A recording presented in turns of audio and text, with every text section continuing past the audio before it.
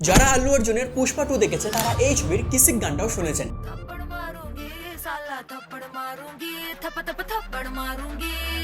এই গানে যে অভিনেত্রী আগুন ঝরিয়েছেন তিনি শ্রীলীলা।